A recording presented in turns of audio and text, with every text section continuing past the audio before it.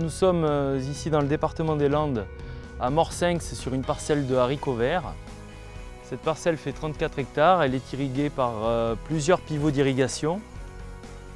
Les pivots d'irrigation ont une caractéristique de pouvoir apporter des doses assez rapidement et de faible quantité, entre 15 et 20 mm, à cadence de 2-3 jours entre tours d'eau.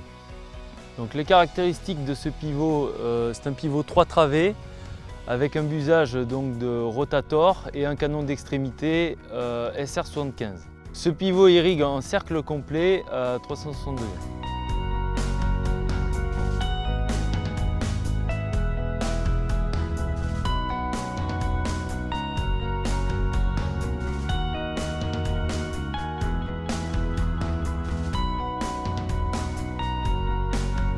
Le diagnostic consiste à comparer les pressions qu'on va mesurer directement sur l'appareil avec les préconisations du plan de busage.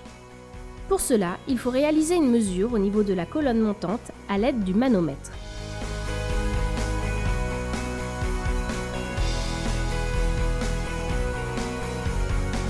Puis, on effectue à l'aide d'un tube de pitot une mesure de pression au premier arroseur ainsi qu'au dernier arroseur.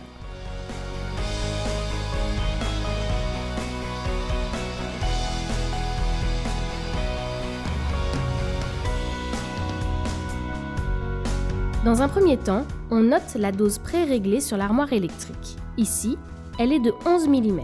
Ensuite, on positionne plusieurs pluviomètres sous différentes travées de l'appareil d'irrigation.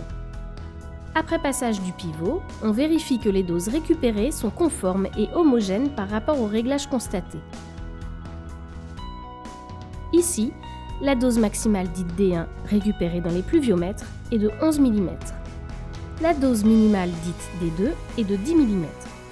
La variation de dose est donc de 9%.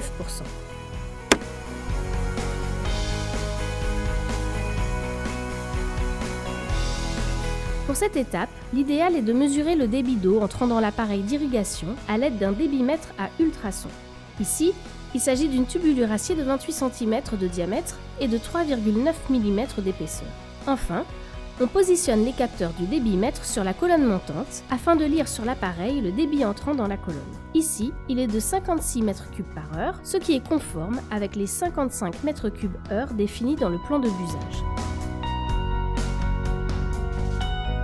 Les fiches d'autodiagnostic sont disponibles sur les sites internet des chambres départementales d'agriculture.